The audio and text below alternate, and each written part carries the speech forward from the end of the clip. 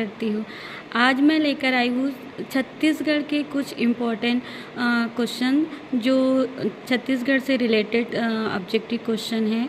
जो भी आने वाले कंपटीशन एग्ज़ाम है उसमें CGPSC में जैसे और भी जो व्यापन के पेपर होते हैं, एग्ज़ाम होते हैं, उसमें छत्तीसगढ़ से काफ़ी क्वेश्चन पूछे जाते हैं छत्तीसगढ़ी सांस्कृतिक से। तो हमारे छत्तीसगढ़ का इतिहास से कुछ क्वेश्चन आते ही हैं और इसकी जानकारी हमें होना चाहिए। तो इसलिए मैं छत्तीसगढ़ जीके के कुछ क्वेश्चन इम्पोर्टेंट जो काफ़ी बार एग्ज़ाम में आ चुके हैं, ऐसे क्वेश्चन मैं बता रही हूँ। देखते हैं पहला प्रश्न, कलचुरी वंश की कुलदेवी थी। तो कलचुरी वंश की कुलदेवी कौन थी? गजलक्ष्मी। ये क्वेश्चन काफ़ी बार आ चुका है CGPSC में और व्यापन के जो भी एग्ज़ाम है उसमें। तो कलचुरी वंश की कुलदेवी कौन थी? गजलक्ष्मी। सेकंड क्वेश्चन, छत्तीसगढ़ 1947 में स्वतंत्रता के समय किसका हिस्सा था? तो इसका सही उत्तर आएगा सेंट्रल प्रोविंस एवं बरार।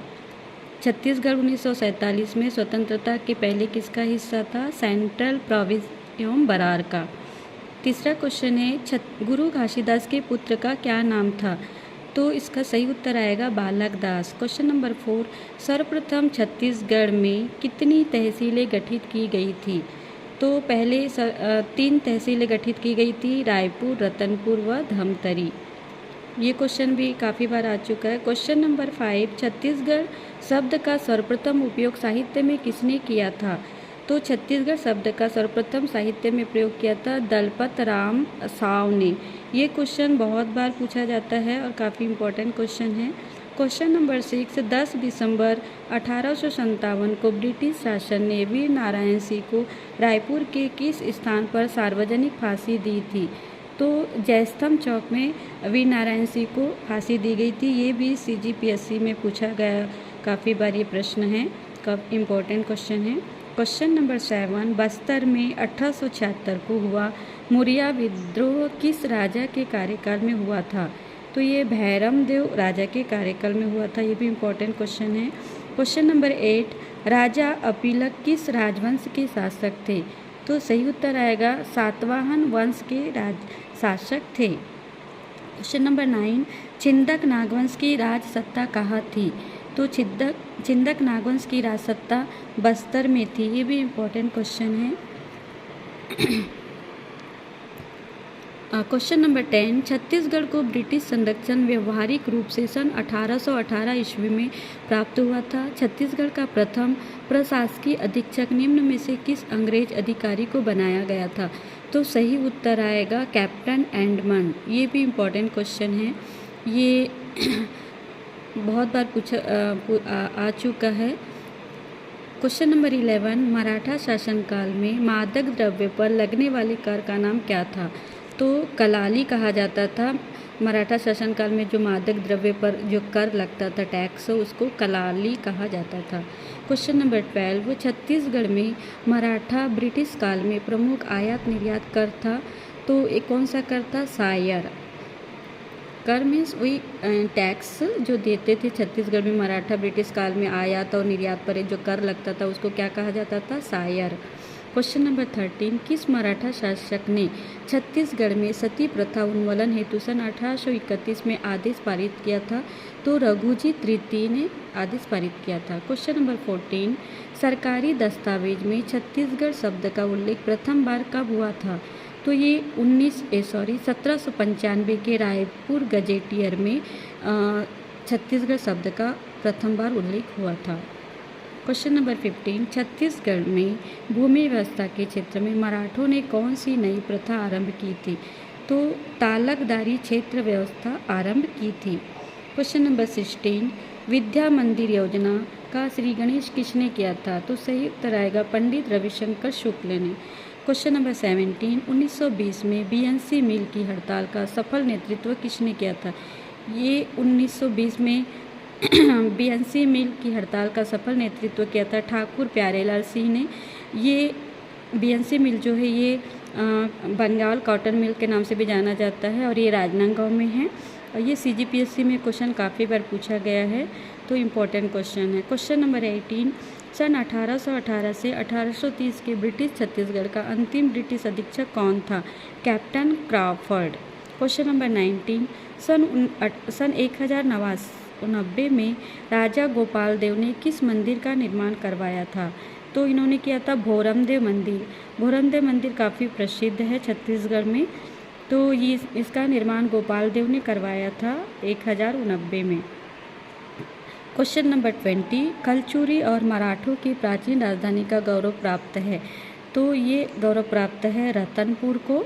कलचुरी और मराठों का शासन, ये जो रतनपुर था ये मराठों की राजधानी हुआ करती थी और ये CGPSC में पूछा हुआ प्रश्न है और ये इम्पोर्टेंट क्वेश्चन है। नेक्स्ट क्वेश्चन देखते हैं। क्वेश्चन नंबर 21, छत्तीसगढ़ की प्राचीन राजधानी थी। तो छत्तीसगढ़ की प्राचीन राजधानी कौन थे? रतनपुर। रतनपुर को छत्तीसगढ़ की राजधानी कहा जाता था और अभी छत्तीसगढ़ की राजधानी रायपुर को बनाया गया है। क्वेश्चन नंबर 22, रायगढ़ के कबरा पहाड़ से किस युग के औजार प्राप्त हुए हैं? तो रायगढ़ के कबरा पहाड़ से पाषाण युग के औजार प्राप्त हुए। ये भी CGPSC में पूछा गया प्रश्न है।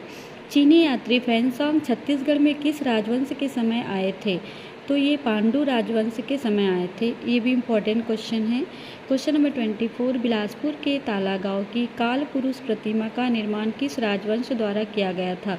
तो ये कलचुरी वंश के राजवंश के द्वारा किया गया था। बिलासपुर का जो तालागांव का काल पुरुष की प्रतिमा है उसका निर्माण कलचुरी राजवंश ने किए थे। क्वेश्चन नंबर 25, महारानी वास्टा द्वारा स्थापित सिरपुर के विष्णु मंदिर लक्ष्मण मंदिर की प्रशस्ति रचना किसने की थी? तो कवि ईशान ने की थी। ये जो सिरपुर का जो मंदिर है जिसे लक्ष्मण मंदिर के नाम से जाना जाता है, ये लाल ईंटों से बना हुआ है और काफ़ी प्रसिद्ध है। ये भी काफ़ी इम्पोर्टेंट क्वेश्चन है। तो इसकी मतलब महारानी वास्टा जो थी वो इस सिरपुर के विष्णु मंदिर और लक्ष्मण मंदिर की प्रशस्ति रचना की थी और इसकी प्रशस्ति रचना किन्होंने की थी? कवि ईशान ने। क्वेश्चन नंबर 26, प्राचीन काल में छत्तीसगढ़ किस क्षेत्र में आता था? ये बहुत ही इंपॉर्टेंट क्वेश्चन है। ये दक्षिण कौशल के नाम से जाना जाता था छत्तीसगढ़ पहले प्राचीन काल में। क्वेश्चन नंबर 27, छत्तीसगढ़ में सर्वाधिक समय तक शासन किस राजवंश ने किया था? तो कलचुरी राजवंश ने छत्तीसगढ़ में सर्वाधिक शासन किया था। ये भी काफ़ी इम्पोर्टेंट क्वेश्चन है। क्वेश्चन नंबर 28, कवर्धा का प्रसिद्ध राजवंश निम्नलिखित में कौन था? तो फणी नागवंश जो था ये कवर्धा का राजवंश था। ये भी CGPSC में पूछा गया था। क्वेश्चन नंबर 29, भोरमदेव मंदिर किस राजवंश के समय निर्मित किया गया था? तो ये फणी नागवंश के समय भोरमदेव मंदिर का निर्माण हुआ था। ये भी इम्पोर्टेंट क्वेश्चन है। क्वेश्चन नंबर 30, नलवंशी शासकों का राज्य स्थित था। तो नलवंशी शासक हमारे छत्तीसगढ़ के बस्तर क्षेत्र में राज्य करते थे। क्वेश्चन नंबर 31, रतनपुर का कौन सा एक प्राचीन नाम सही नहीं है? मणिपुर, रत्नावलीपुरी, रतनपुर या अम्बापुरी? तो ये अम्बापुरी जो है ये सही नहीं है। क्वेश्चन नंबर 32, कामावती नगरी आज किस नाम से जानी जाती है? तो जो डोंगरगढ़ है जहाँ बमलेश्वरी का मंदिर है और ये काफ़ी प्रसिद्ध है बमलेश्वरी मंदिर डोंगरगढ़ का, तो ये कामावती नगरी के नाम से जाना जाता है डोंगरगढ़। ये भी PSC में और पटवारी एग्जाम में भी पूछा गया था। क्वेश्चन नंबर 33, रायगढ़ के सिंगनपुर से किस युग के औजार प्राप्त हुए हैं? तो पूर्व पाषाण युग के औजार प्राप्त हुए हैं। क्वेश्चन नंबर 34, नवपाषाण काल के औजार दुर्ग जिले के किस स्थान से प्राप्त हुए हैं? तो ये अर्जुनी से प्राप्त हुए हैं। क्वेश्चन नंबर 35, किस वेद में छत्तीसगढ़ का वर्णन नहीं है? तो ऋग्वेद में छत्तीसगढ़ का वर्णन नहीं है। कलचुरी वंश के बाद किसने छत्तीसगढ़ की सत्ता संभाली? तो कलचुरी वंश के बाद मराठों ने छत्तीसगढ़ की सत्ता संभाली। ये भी CGPSC में पूछा गया था। क्वेश्चन नंबर 37, छत्तीसगढ़ में मराठा राज्य की पूर्ण स्थापना का कालखंड कौन सा है? तो ये 1830 से 54 तक छत्तीसगढ़ में मराठा का कालखंड था। क्वेश्चन नंबर 38, राजा तुष्टिकर छत्तीसगढ़ के किस राजवंश से संबंधित है? तो ये पर्वत द्वारक वंश से संबंधित है। क्वेश्चन नंबर 39, छत्तीसगढ़ में मराठों की शासन प्रणाली क्या थी? तो छत्तीसगढ़ में मराठों की शासन प्रणाली थी सूबा शासन प्रणाली। ये बहुत ही इंपॉर्टेंट क्वेश्चन है और काफ़ी बार पूछा गया प्रश्न है। छत्तीसगढ़ में मराठों की शासन प्रणाली क्या थी? सूबा शासन प्रणाली। क्वेश्चन नंबर 40, छत्तीसगढ़ के किस प्रथम अंग्रेज अधिकारी ने रायपुर को राजधानी बनाया था? तो कर्नल एग्न्यू ने छत्तीसगढ़ के रायपुर को राजधानी बनाया था। ये भी बहुत ही इम्पोर्टेंट क्वेश्चन है 2014 में, और काफ़ी जो एग्ज़ाम हुए हैं उसमें पूछा गया है। छात्रावास एग्ज़ाम में भी पूछा गया था, CGPSC में भी। छत्तीसगढ़ में अंग्रेजों द्वारा 1855 में नियुक्त प्रथम डिप्टी कमिश्नर कौन थे? Charles Elliot. ये भी इम्पोर्टेंट क्वेश्चन है। क्वेश्चन नंबर 42, छत्तीसगढ़ पूरी तरह से ब्रिटिश नियंत्रण में कब आया? तो 1854 में। क्वेश्चन नंबर 43, छत्तीसगढ़ के किस नगर की तुलना कुबेर नगर से की जाती है? तो रतनपुर की तुलना कुबेर नगर से की जाती है। क्वेश्चन नंबर 44, सातवाहन वंश के उपरांत छत्तीसगढ़ पर किस वंश ने शासन किया था? तो मेघ वंश ने शासन किया था। क्वेश्चन नंबर 45, कांकेर के सोमवंश का संस्थापक कौन था? तो ये सिंहराज था। क्वेश्चन नंबर 46, बिलासपुर के सोमवंशी शासकों को पराजित कर किस वंश ने शासन स्थापित किया था? तो बाण वंश ने।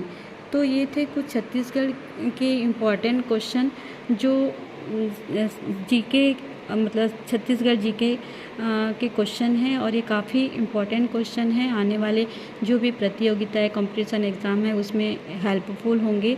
तो अगर ये मेरा वीडियो आपको अच्छा लगा तो लाइक कीजिएगा, शेयर कीजिएगा। Thank you for watching my video. मिलते हैं नेक्स्ट वीडियो में। Thank you for watching my video friend.